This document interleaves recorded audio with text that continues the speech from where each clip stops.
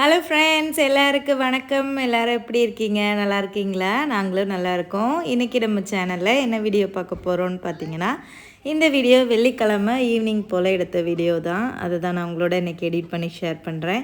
இப்போ வாங்க வீடியோக்குள்ளே போகலாம். அதுக்கு முன்னாடி நம்ம சேனலை பார்த்துட்டு நிறைய பேர் சப்போர்ட் பண்ணுறீங்க, சப்ஸ்கிரைப் பண்ணுறீங்க.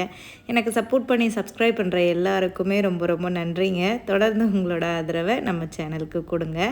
ஸோ இந்த வீடியோவில் வந்து என்ன இருக்க போகுதுன்னா, கொஞ்சம் வெளியில் ஷாப்பிங்லாம் போனோம். ஸோ கொஞ்சம் வீட்டில் எடுத்த வீடியோவும், கொஞ்சம் வெளியில் ஷாப்பிங் போன வீடியோ ரெண்டும் மிங்கிளாகி தான் இருக்க போகுது இந்த வீடியோவில். ஸோ வீட்டுக்குள்ளேயே இருந்து வீடியோ போட்டு உங்களுக்கு போர் அடிச்சிருக்கும். கொஞ்சம் வெளியிலையும் போகலாம் அப்படின்ட்டு தான் நானும் கிளம்பிட்டேன். உங்களோட வீடியோலையே ஷேர் பண்ணுறேன். இப்போ வீடியோக்குள்ளே போகலாமா? ஸோ நாங்கள் ஒரு ஈவினிங் ஒரு 6 மணி இருக்கும். அப்போ தான் நாங்கள் வந்து வெளியில் கிளம்புனோம். புருனேயில் வீக்கெண்ட் ஆனாலே கொஞ்சம் வெளியில் கடைகள்லாம் போனோன்னா கொஞ்சம் களை கெட்டுன்னு தான் சொல்லலாம். ஏன்னா இங்கே புருனேயில் பார்த்திங்கன்னா வீக்கெண்ட் ஆகிட்டாலே நல்லா இந்த ஸ்ட்ரீட் ஃபுட்டு இந்த கடைகள்லாம் ரொம்ப நிறைய போட்டிருப்பாங்க. ஸோ நம்ம அந்த சைடில் போனோம்னா கொஞ்சம் நம்ம மைண்டும் ரிலாக்ஸாக இருக்கும். ஏன்னா இங்கே உள்ள ஃபுட் வெரைட்டியெல்லாம் ரொம்ப டிஃப்ரெண்ட்டாக இருக்கும். நம்ம ஊரில் பார்க்குற மாதிரியே இருக்காது. ரொம்ப கலர்ஃபுல்லாகவும் இருக்குமா. ஸோ நான் என் ஹஸ்பண்ட்டை எப்போவுமே சொல்லிகிட்டே இருப்பேன், வெளியில் போவோம், நம்ம போய் ஏதாவது வாங்குகிறோமோ இல்லையோ சும்மா போய் சுற்றி பார்த்துட்டு வருவோம்னு சொல்லிட்டு நாங்கள் வந்து இந்த கீழப்பில் இருக்கிற ஹூஹூ மால் தான் போயிருந்தோம். ஸோ உள்ளே என்டர் ஆன உடனேயே வந்து பார்த்திங்கன்னா ஜாப் வேகன்சி வந்து போட்டிருந்தாங்க, கேஷியருக்கும் சேல்ஸ் அசிஸ்டண்ட்டுக்கும். ஸோ இங்கே லோக்கலில் உள்ளவங்க யார் வேணாலும் ட்ரை பண்ணலாம். அதுக்கு வந்து சிவி கேட்டிருந்தாங்க. ஒரு பாக்ஸ் வச்சுருந்தாங்க. அதில் வந்து நம்ம சிவி போட்டோன்னா அப்புறம் இன்டர்வியூ வர சொல்லி நம்மளை வந்து அதுக்கு கரெக்டாக இருந்தோம்னா செலக்ட் பண்ணுவாங்க போல். பட் இது வந்து லோக்கலில் உள்ளவங்களுக்காக தான் இருக்கும். இது வந்து வெளியில் இந்தியாவில் இருந்தோ நம்ம மற்ற நாடுகளில் இருந்தோ வர மாதிரி இருக்காது. ஃபஸ்ட்டு லோக்கலில் இருக்கிறவங்கள எடுத்துகிட்டு அப்புறம் கிடைக்காத பட்சத்துக்கு தான் நம்ம ஊரில் இருந்த ஆட்களை வந்து எடுப்பாங்க. ஸோ இந்த மாதிரி இது சூப்பர் மார்க்கெட் வேலைக்கெல்லாம் வர்றவங்களுக்கெல்லாம் பார்த்திங்கன்னா அது எப்படி இருக்கிறாங்கன்னு தெரியல. மேபி ஏஜென்ட் அந்த மாதிரி இருப்பாங்க, இல்லைனா இங்கே இருக்கிறவங்க வீசா எடுத்து அனுப்புகிற மாதிரி இருக்கும். பட் டீட்டெயில்டாக எனக்கு வந்து தெரியலை. ஏன்னா ஒரு சில பேர் இன்ஸ்டாகிராமாக இருக்கட்டும், யூடியூப்பாக இருக்கட்டும், கமெண்ட்ஸில் கேட்பீங்க ஜாப் வேகன்சி இருந்தால் சொல்லுங்கன்னு சொல்லிட்டு. பட் நான் ஒர்க்கிங் உமனாக இருந்தால் எனக்கு வெளியில் நான் இடத்துக்கு போவோம் தெரியும். பட் நான் வந்து ஹவுஸ் ஒய்ஃப் தான். நான் சும்மா ஒரு யூடியூப் சேனல் தான் ரன் பண்ணிக்கிட்டு இருக்கேன். ஏன்னா நிறைய பேர் நிறைய டிபார்ட்மெண்ட்ஸ்லேருந்து கேட்பீங்க, நர்சிங் ஜாப் அவைலபிளாக இருக்கான்னு கேட்பீங்க, அப்புறம் அக்ரியில் அவைலபிளாக இருக்கா, ஐடி ஃபீல்டு சொல்லுங்கள், அப்படி ஒவ்வொரு டிபார்ட்மெண்ட்டாக கேட்கும்போது எனக்கு தெரியாதுல்லங்க. ஏன்னா இப்போ எல்லாமே ஃபுல்லாக இன்டர்நெட்டாகவே ஆகிடுச்சு. எல்லாமே பார்த்திங்கன்னா அவங்கவுங்க அஃபிஷியல் வெப்சைட்லேயே எவ்வளோ வேக்கன்சி இருக்குது, எவ்வளோ சேலரி இருக்குது அப்படின்னு சொல்லிட்டு அவங்களே வந்து அப்லோட் பண்ணிடுறாங்க. ஸோ நீங்கள் இன்டர்நெட்டில் வந்து தேடணும், நமக்கான வேலையை நம்ம வந்து தேடணும். நமக்கு வந்து என்ன குவாலிஃபிகேஷன் நம்ம வச்சுருக்கோம், அது ரிலேட்டடாக எங்கே ஜாப் வேக்கன்சி போட்டிருக்காங்கன்னு. பட் எனக்கு தெரிஞ்சிச்சுன்னா நான் கண்டிப்பாக ஷேர் பண்ணுறேன். எனக்கு எப்படி தெரியும்னா, நான் இந்த மாதிரி ஷாப்பிங் போகும்போது எங்கேயாவது பார்த்தா தான் தெரியும். பட் நம்ம ஊரில் இருந்து ஆள் எடுக்கிற விஷயங்கள்லாம் எனக்கு தெரியாது. இங்கே வந்து இப்போ போட்டிருக்காங்கன்னா இது லோக்கலில் எடுக்கிறது. ஏன்னா இங்கே லோக்கல்லையே பார்த்திங்கன்னா நிறைய இந்த பிலிப்பைன்ஸ்லாம் அதிகமாக இங்கே வந்து வேலை பார்ப்பாங்க, சூப்பர் மார்க்கெட்ஸ் இந்த மாதிரி. அதுக்கப்புறம் லோக்கலில் உள்ள மக்களுமே வந்து பார்ப்பாங்க. அப்புறம் சூப்பர் மார்க்கெட்ஸ்ன்னு பார்த்திங்கன்னா நம்ம இந்தியாவிலேருந்துமே நிறைய வேலை பார்ப்பாங்க. இங்கே இந்த மால்லையுமே பார்த்திங்கன்னா நம்ம தமிழ் அண்ணாமாருங்க நிறைய பேர் இருப்பாங்க, நாங்களே பார்த்துருக்கோம். பட் அவங்களாம் எப்படி வந்தாங்க அப்படின்ட்டு நம்ம போய் கேட்க முடியாது.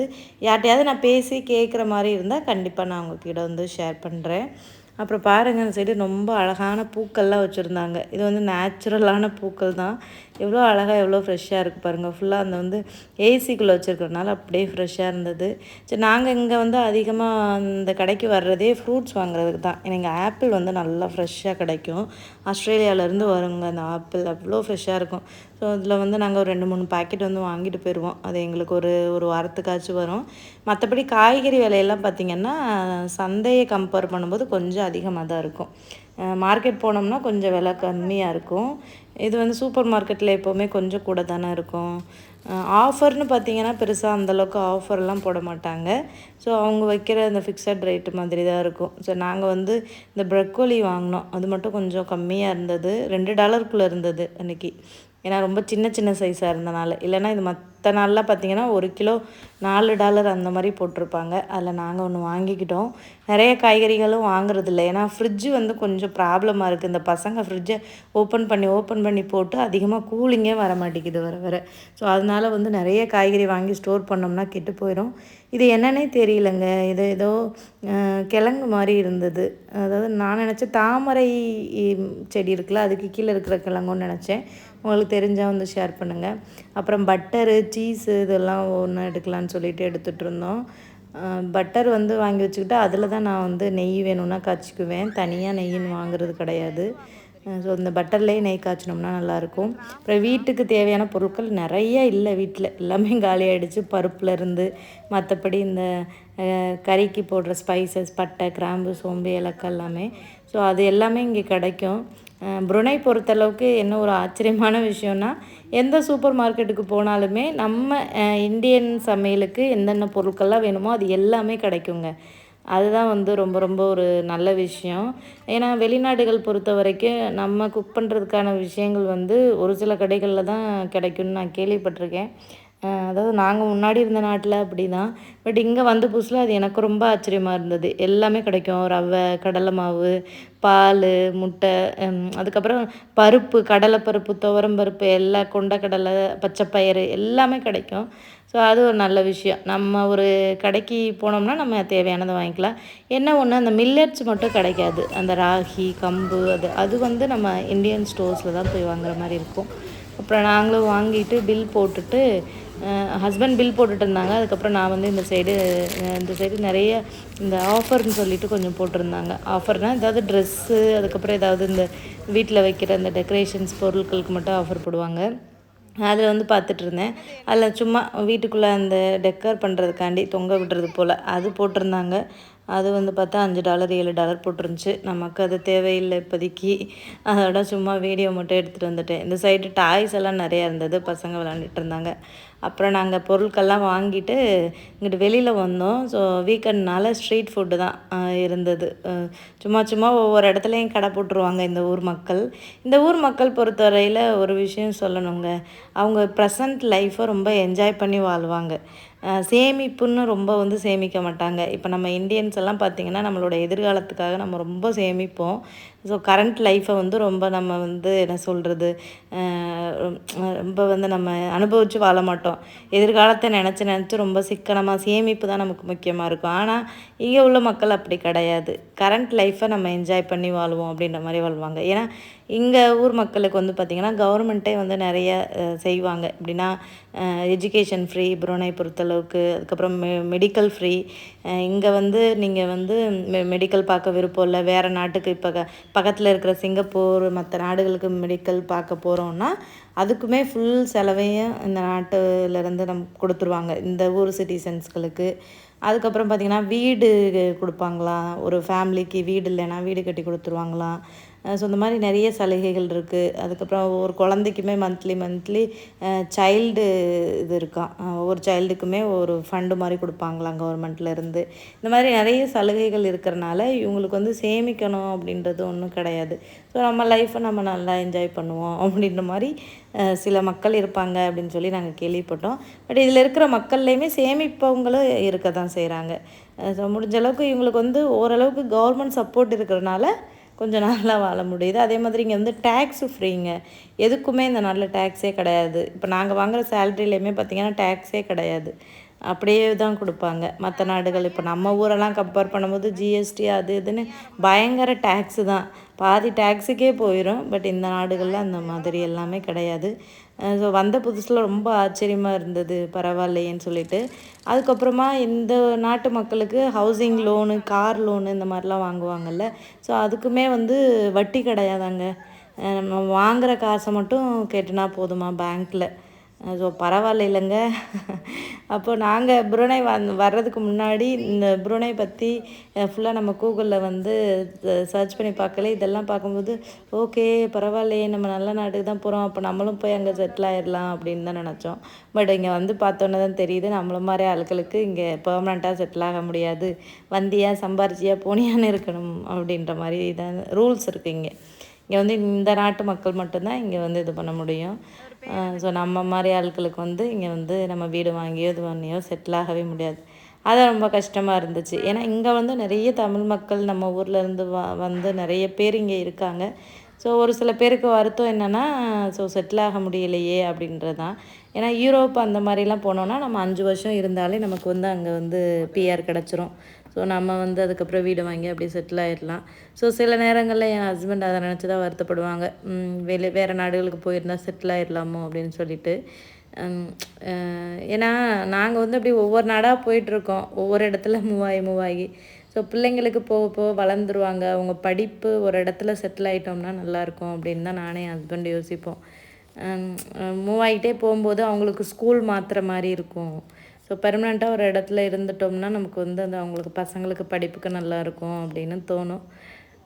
அப்புறம் என்ன பண்ணுறது, அப்படியே கால போகிற போக்கில் போவோம். நமக்கு என்ன வாய்ப்புகள் கிடைக்குதோ அதை இது பண்ணிட்டு அப்படின்னு மனசை தேர்த்திக்கிடுவோம். அப்புறம் நாங்கள் அந்த ஸ்ட்ரீட் ஃபுட்டில் போய் கொஞ்சம் ஸ்நாக்ஸ் எல்லாம் வாங்கி சாப்பிட்டோம். வீட்டுக்குள்ளேயே இருந்துட்டு மனசு ரொம்ப ஒரு மாதிரி இருந்தது. அதுவும் போன வாரம்லாம் சொல்லவே வேண்டாங்க. ஒரு ப்ராப்ளம் என் மனசை போட்டு உறுத்தி ரொம்ப மனசு கஷ்டமாக இருந்தது. ஸோ நேற்றுலேருந்து தான் அதுலேருந்து கொஞ்சம் நான் வெளியிலேயே வந்தேன். என் மனசு ரொம்ப சங்கடமாக இருந்தது. ஒரு சில விஷயங்கள் வந்து நம்ம பண்ணவே இல்லை, ஆனால் அதை நம்ம பண்ணோன்னு சொல்லி ஒரு சில பேர் பேசினாங்க. அது கேட்டோன்னே எனக்கு ரொம்ப கஷ்டமாக இருந்தது. சரி ஓகே, நம்ம அதிலேயே இருந்தோம்னா நம்ம வந்து கடந்து வெளியில் வர முடியாதுன்ட்டு நானே மனசை மாற்றிட்டு நேற்றுலேருந்து பல விஷயங்களை மறந்துட்டு இனிமேல் எதை பற்றியும் நினைக்கக்கூடாது. ஒரு கஷ்டமான ஒரு விஷயம் நடக்குதுன்னா அதையே நினச்சி நம்ம யோசிக்கக்கூடாது. அதுலேருந்து நம்ம வெளியில் வந்துடணும் அப்படின்னு நானே என் மனசை இது பண்ணிக்கிட்டு வெளியில் வந்துட்டேன். ஸோ அப்புறமா தான் நாங்கள் வெளியில் போய் கொஞ்சம் சுற்றி பார்க்கும்போது நம்ம வீட்டுக்குள்ளேயே இருந்தோம்னாலே ஒரு மைண்டு ஒரு டென்ஷனாக தாங்க இருக்குது. நம்ம கொஞ்சம் வெளியில் போகணும். என் ஹஸ்பண்டை நான் கூப்பிடுவேன், அவங்க வேலைன்னு சொல்லிட்டு வரவே மாட்டாங்க. அவங்களுக்கும் வேலை அந்த மாதிரி இருக்குது. ஏன்னா நமக்கு லைஃப்பில் வேலைன்றது ரொம்ப முக்கியம். வேலை இல்லாமல் நம்ம வந்து பிள்ளைங்கள வச்சுக்கிட்டு சர்வே பண்ணுறதுன்றது ரொம்ப கஷ்டம்தான். அதுக்காக எப்போவுமே நம்ம வேலைன்னு இருக்க முடியாது. என் ஹஸ்பண்ட் பார்த்தா எப்போ பார்த்தாலும் வேலைன்னு தான் சொல்லுவாங்க. நேற்று அவங்கள இது பண்ணி நம்ம எங்கேயாச்சும் போகிறோம்னு சொல்லிட்டு அப்படியே ஷாப்பிங் போய்ட்டு கொஞ்சம் டைம் ஸ்பெண்ட் பண்ணிட்டு வந்தது எங்களுக்கு கொஞ்சம் மனசுக்கு நல்லா இருந்துச்சு. பல விஷயங்களை மறந்துட்டு நான் வந்து அப்படியே நார்மலாகிட்டேன். அப்புறம் வந்துட்டு எல்லாத்தையும் எடுத்து வச்சுட்டு சரி நைட்டுக்கு ஏதாவது குக் பண்ணலாம் அப்படின்னு பார்த்தேன். என் பசங்களுக்கு ஒரே டான்ஸு, பாட்டு போட்டுட்ருந்தாங்க. இந்த வாழை படத்தில் இப்போ ஒரு பாட்டு ரிலீஸ் ஆகிருந்துச்சி தெரியுமா, ஒரு கானா பாட்டு மாதிரி. அந்த பாட்டு போட்டு விடவும் 2 பேருக்கு பயங்கர டான்ஸு தான். இந்த கிராசரி பொருட்கள் வாங்குறது கூட பெரிய விஷயம் இல்லைங்க. அதை வந்து எடுத்து எல்லா இடத்துலையும் அரேஞ்ச் பண்ணி வைக்கிறது தான் பெரிய விஷயமா இருக்கும். அதை ஒன்று எடுத்து வச்சிட்டோம்னா நமக்கு ஒரு வேலையே முடிஞ்ச மாதிரி இருக்கும். ஸோ அதுக்கப்புறம் ரவை டப்பா ஒரு 3 டப்பா கிட்ட வாங்கியிருந்தேன். ஏன்னா டக்குன்னு காலையிலலாம் பிரேக்ஃபாஸ்ட்டு செய்கிறதுக்கு இந்த ரவை தான் எனக்கு ரொம்ப ஹெல்ப்ஃபுல்லாக இருக்குது. மாவு இட்லி தோசை மாவு அரைச்சி வைக்காத டைமில். அப்புறம் ப்ரெட்டு வாங்கிட்டு வந்திருந்தேன். சரி நான் வந்து ப்ரெட் ஆம்லேட் பண்ணிக்கிடுவோம் நைட்டுக்கு அப்படின்ட்டு டக்குன்னு. அப்புறம் பால் காய்ச்சிட்டு எல்லோரும் ஒரு கிளாஸ் பால் குடிச்சிட்டு ஒரு ப்ரெட் ஆம்லேட் சாப்பிட்டா போதும்னு சொல்லிட்டு ரெடி பண்ணிகிட்டு இருந்தேன். ஃப்ரிட்ஜு ஒரு மாதிரி இருக்கிறதுனால பாலுமே நிறைய வாங்கி ஸ்டோர் பண்ண முடியலங்க. கெட்டு போயிடுது. ஹவுஸ் ஓனருக்கு தான் மெசேஜ் பண்ணியிருந்தோம், ஃப்ரிட்ஜு கொஞ்சம் ப்ராப்ளமாக இருக்குதுன்னு சொல்லிட்டு. ஆனால் அவங்க வந்து இந்த வீக்கெண்டில் நான் வந்து ஆள் அனுப்பி விட்றேன், சரி பண்ணி கொடுப்பாங்க அப்படின்னு சொன்னாங்க. இவங்க அந்த பசங்க மேலே தான் தப்பு. இந்த பசங்க சொன்னாலும் கேட்குறாங்கல்ல. ஓப்பன் பண்ணி வைக்கவும் அதில் ஏதோ ப்ராப்ளம் ஆகிடுச்சா, இல்லை இந்த ஃப்ரிட்ஜு ரொம்ப ஓல்டு ஃப்ரிட்ஜு தான். இந்த வீடு கட்டும்போது வாங்கி வச்சது போல். அப்போ என் ஹஸ்பண்ட் சொன்னாங்க, இதில் கேஸ் இதாகிடுச்சு போல். ஏன்னா அந்த கேஸ் தீர்ந்து போயிடுச்சுன்னா ஃப்ரிட்ஜு வந்து அந்தளவுக்கு ஒர்க் ஆகாதான். ஸோ அது ஃபில் பண்ணால் ஃப்ரிட்ஜு வந்து ஒர்க் ஆகும் அப்படின்னு சொன்னாங்க. ஸோ அந்த ப்ராப்ளமாக என்னன்னு தெரியல. ஃப்ரிட்ஜை சரி பண்ணால் தான் கொஞ்சம் காய்கறி வாங்கி எல்லாமே ஸ்டோர் பண்ண முடியும். ஏன்னா இப்போ இருக்கிற லைஃப் ஸ்டைலுக்கு ஃப்ரிட்ஜ் இல்லாமல் வாழ்கிறதுன்றது பெரிய விஷயமாக தான் இருக்குது. ஏன்னா ஒரு காய்கறியும் வைக்க முடியல. எல்லா பொருட்களுமே டக்குன்னு கெட்டு போயிடுது இல்லையா. அதுவும் இங்கே புருனேயில் இருக்கிற கிளைமேட்டுக்குனா சீக்கிரமாக கெட்டு போயிடும். ஏன்னா அந்தளவுக்கு இங்கே வந்து வெயிலும் அதிகமாக போடும். அப்புறம் ஒரு 4 முட்டையை நான் வந்து நல்லா மிக்ஸ் பண்ணி வச்சுக்கிட்டேன். கொஞ்சம் உப்பு, அப்புறம் ஒரு ஸ்பூன் சுகர் சேர்த்துட்டு கொஞ்சம் பாலும் சேர்த்து மிக்ஸ் பண்ணி வச்சுருந்தேன். அதில் வந்து அந்த ப்ரெட்டை டிப் பண்ணிவிட்டு அப்படியே வந்து ப்ரெட் ஆம்லேட் மாதிரி பண்ண வேண்டியதான்.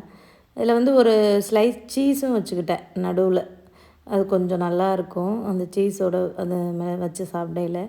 அந்த ஹீட்டுக்கே வந்து பார்த்திங்கன்னா அந்த சீஸ் வந்து மெல்ட் ஆயிரும். ஸோ அந்த மாதிரி 2 பக்கமும் நல்லா குக் பண்ணி எடுத்துக்கும்போது அந்த ஹீட்டுக்கு டக்குன்னு வந்து சீஸ் வந்து மெல்ட் ஆயிரும். ஸோ இதுதான் வந்து நைட்டுக்கு வந்து டின்னர். ரொம்ப நாள் ஆச்சுங்க ப்ரெட் ஆம்லேட் சாப்பிட்டு. சும்மா அதை டோஸ்ட் பண்ணி பட்டரும் ஜாமும் வச்சு சாப்பிட்டுட்ருந்தோம். சரி ஓகே நைட்டுக்கு இது பண்ணலாம். ஆனால் இது ஒன்று சாப்பிட்டாலே நல்லா வயிறு வந்து ஃபுல்லாகிடும். இது சாப்பிட்டுட்டு ஒரு கிளாஸ் பால் குடித்தாலே போதும். நானும் ஹஸ்பண்ட் மட்டும்தான் இது சாப்பிட்டோம். பசங்க சும்மா வெறும் ப்ரெட்டு அதில் கொஞ்சம் பட்டர் வச்சு ஜாம் இருந்தது அதை வச்சு சாப்பிட்டுக்கிட்டாங்க. ஸோ எங்களுக்கு ஆளுக்கு ஒவ்வொன்று போதுன்ட்டு ஆளுக்கு ஒவ்வொன்று தான் வந்து பண்ணியிருந்தேன். அப்புறம் பேலன்ஸ் கொஞ்சம் வந்து முட்டை இருந்தது, அதை வந்து அப்படியே ஊற்றி ஆம்லேட் மாதிரி வந்து போட்டுக்கிட்டோம். பக்கத்து வீட்டுக்கெலாம் போக மாட்டிங்களா அப்படின்னு ஒருத்தவங்க கமெண்ட் பண்ணியிருந்தாங்க. இங்கே நம்ம ஊர் மாதிரியெல்லாம் கிடையாதுங்க. பக்கத்து வீட்டில் போய் ரொம்ப க்ளோஸாக பழகிறது எல்லாமே இங்கே அவங்கவுங்க வேலையை பார்த்துட்டு தான் இருப்பாங்க. ஹாய் பாய் அந்த மாதிரி தான். ஏன்னா இங்கே பக்கத்தில் உள்ளவங்களாம் பார்த்திங்கன்னா ஒரு வீடு வந்து ஆஃப்ரிக்காவிலேருந்து இருக்காங்க, இன்னொருத்தவங்க வந்து பார்த்திங்கன்னா இங்கே லோக்கல் ப்ரூனை தான். ஸோ அந்த ஆஃப்ரிக்கன் ஃபேமிலி அவங்கள கூட நான் பார்த்துருக்கேன். அப்புறம் இந்த சைடு உள்ளவங்க லோக்கல் ப்ரூனை, அவங்கள ஒரு நாள் கூட நான் பார்த்ததே இல்லை. ஸோ அந்த மாதிரி தான் இங்கே ஃபாரின் லைஃபுங்க. அவ்வளோதாங்க இந்த வீடியோ. நெக்ஸ்ட் வீடியோவில் பார்க்கலாம். பாய்.